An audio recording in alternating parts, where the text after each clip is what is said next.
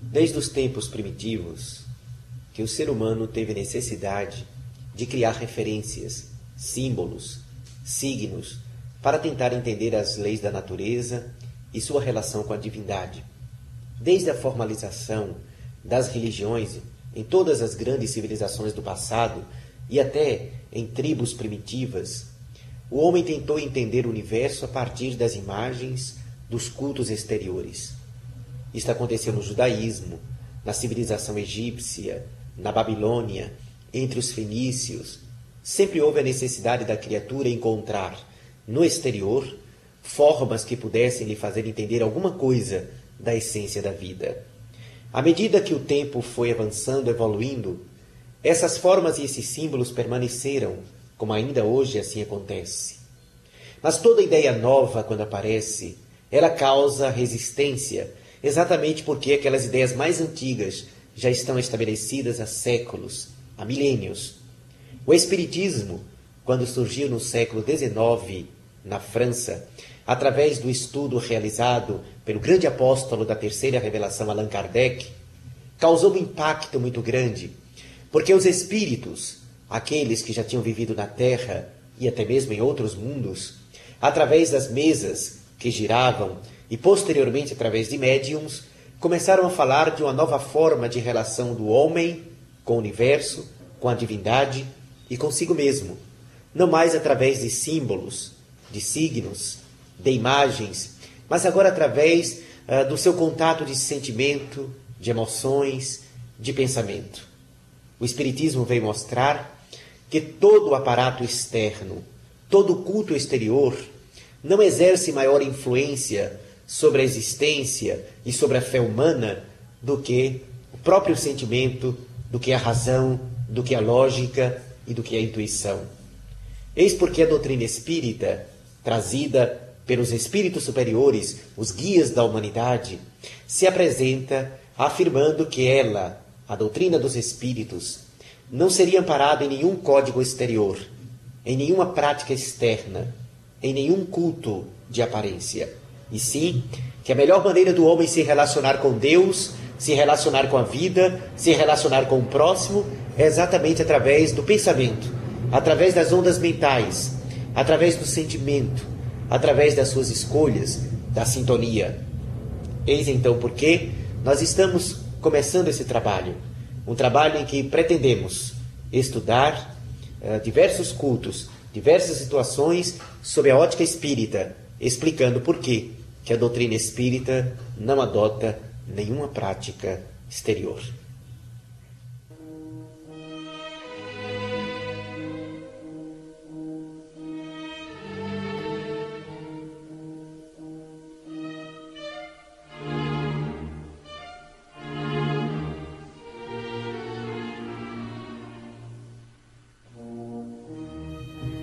O casamento é uma conquista no processo de evolução da criatura humana. A doutrina espírita, diferente de outros segmentos religiosos, não adota nenhuma prática, nenhum culto específico para o casamento. Até porque é coerente com a própria visão que os espíritos trouxeram através de Allan Kardec, via intermediários, os médiums, de que não existiria nenhum culto externo, nenhuma prática exterior para que viéssemos a nos relacionar com a vida.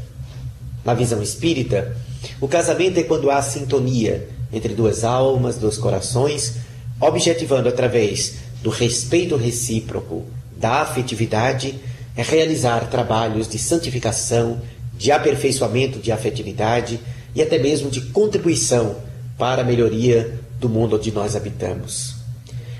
O culto espírita, como algumas pessoas costumam perguntar, não existe. Nós oficializamos a relação entre duas pessoas através da prática social, conveniente à civilização onde nós estamos situados, para que nós possamos ter, diante da sociedade humana, os deveres e termos também os direitos naturais que a relação impõe na vida social. Porém, em termos de espírito, em termos de espiritualidade e em termos de afetividade, não existe nenhuma vinculação de natureza material, a não ser o respeito que deve brotar a partir da consciência moral e ética das pessoas envolvidas. A grande preocupação que a doutrina espírita tem em alicerçar as relações entre as duas pessoas é que nós venhamos a ter a consciência que dessa relação a dois surgirá exatamente o desenvolvimento de uma das bases fundamentais para o aperfeiçoamento da civilização humana, que é a família. A família brota na concepção espírita exatamente do surgimento dessa relação mais íntima entre duas almas. A partir desses dois que resolvem intercambiar afeto, energia, esperanças e planos para o futuro, surgirão outros espíritos que reencarnarão através daquele casal. Então, a ideia, a importância da família para a evolução espiritual dos seres, para o desenvolvimento da ética, da consciência espiritual da humanidade, é fundamental. O respeito que nós devemos cultivar, a maneira como nós deveremos nos relacionar com as pessoas que resolvemos amar, que resolvemos entregar as nossas aspirações, que resolvemos construir uma família, isto deve estar bem agudo na intimidade de nossa alma. Diante dos problemas da atualidade, diante das dificuldades no relacionamento, no casamento humano, diante de tantas separações, diante de tantas violências que acontecem no âmbito familiar, diante da própria leviandade da relação, que infelizmente graça na sociedade humana na atualidade, a doutrina espírita investe na importância que devemos dar à relação do casamento, à relação a dois e, em consequência, à família que irá brotar. O processo de aperfeiçoamento da civilização humana se dá exatamente no aperfeiçoamento da família. A família que é desafiada na atualidade por vários falsos valores que surgiram, trazido pela mídia, trazida pelo desgoverno espiritual. Mas quando nós temos uma família equilibrada, sadia, estruturada numa relação afetiva sincera entre o casal, então nós teremos no futuro seres humanos também ajustados, saudáveis e equilibrados. Muitos dos problemas que nós enfrentamos na atualidade, na vida a dois, irá se refletir na vida de várias outras pessoas, os filhos e dos filhos muitas vezes, os netos, os sobrinhos, enfim, o grupo familiar e o grupo social menor onde nós estamos inseridos. A prática do Evangelho no lar, saudável, é aquela que pode estimular o casal a se reencontrar diante dos desgastes naturais que os anos trazem, face aos desafios, aos problemas que os dois enfrentam na relação. Então a beleza do casamento, a importância do casamento, na visão espírita, está exatamente em estratificarmos, estabelecermos uma relação alma a alma. O interesse maior é do afeto, do amor, do sentimento, e não o interesse puramente de natureza externa, a preocupação puramente de natureza social.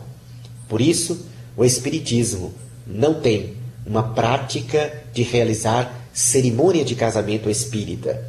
O que pode acontecer é que um amigo espírita pode, diante de um casal que resolve estabelecer a relação matrimonial, alguém pode utilizar da palavra, desejando aos noivos que busquem um aprofundamento desta relação, através de um sentimento mais largo, de um sentimento que vença a possessividade, de um sentimento de respeito recíproco, mostrando que é desta maneira que nós vamos aprender o verdadeiro amor e o verdadeiro sentimento. Esta é a visão espírita sobre casamento. União de almas, antes do que união simplesmente de corpos e de interesse social.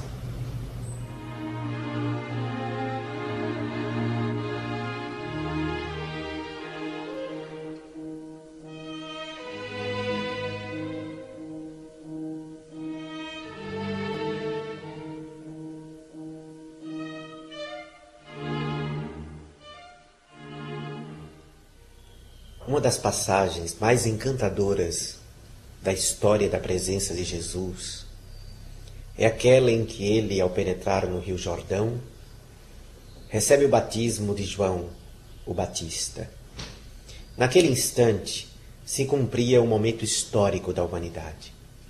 João Batista Ele era o responsável de impregnar as pessoas que estavam cansados da vida que levavam, que traziam culpa na consciência, que traziam a vida dissoluta.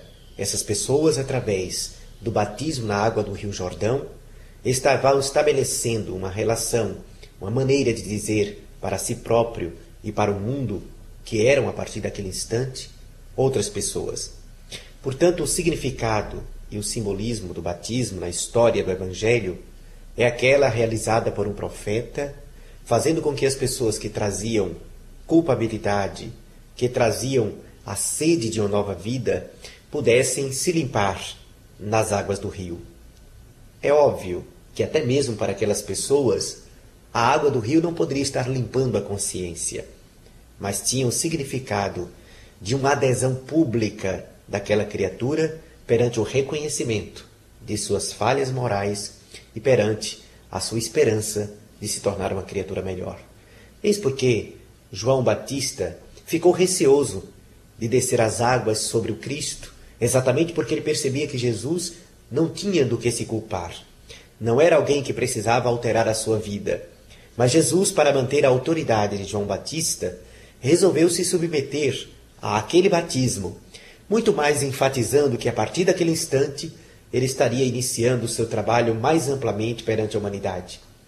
Desapareceria, entre aspas, o filho do carpinteiro para surgir o grande libertador de consciências da humanidade.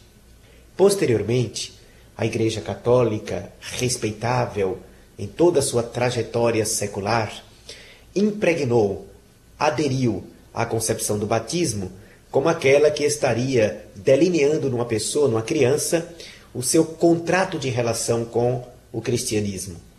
Tanto que o batismo é efetuado para as crianças recém-nascidas e também para aquelas que, mesmo depois de alguns meses ou anos, não haviam sido batizadas, mas para que viessem a tornar-se cristãs, precisariam da simbologia do batismo. Naturalmente que o Espiritismo adota uma visão completamente diferente sobre a questão. Não é o fato de receber a água sobre a testa que vai estabelecer se aquela criatura é ou não cristão. Nós enfocamos o problema histórico para mostrar que o batismo, na atualidade, não corresponde ao interesse que havia na época em que Jesus esteve peregrinando aqui na Terra. Primeiro, porque a criança não teve tempo de pecar. Ela não tinha culpabilidade, até mesmo baseado na ideia das religiões tradicionais de que a alma foi criada no momento do corpo. O Espiritismo é diferente. Nós conhecemos a reencarnação e sabemos que a criança não foi criada no momento do seu corpo. É um espírito antigo. Mas sob a ótica tradicional das religiões, aquela criança é recém-nascida, inclusive, das mãos de Deus.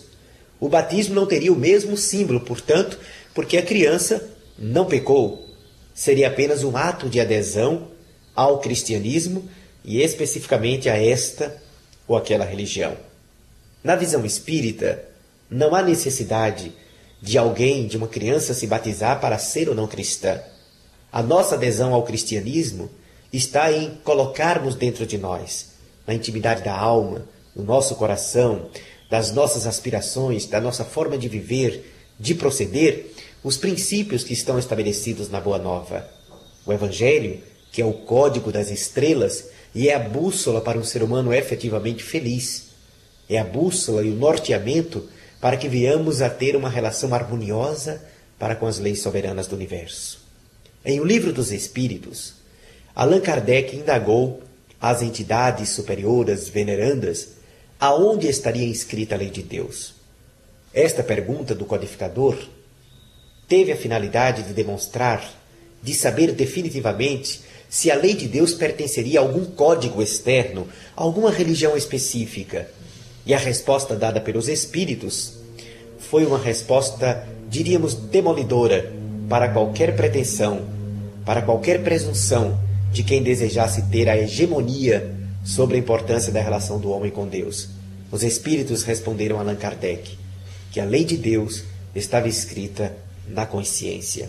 Toda criatura de qualquer cultura, de qualquer religião, de qualquer idade, de qualquer época, de qualquer cor, carrega a lei de Deus inscrita dentro dele, o livro sagrado da alma. As páginas soberanas das leis de Deus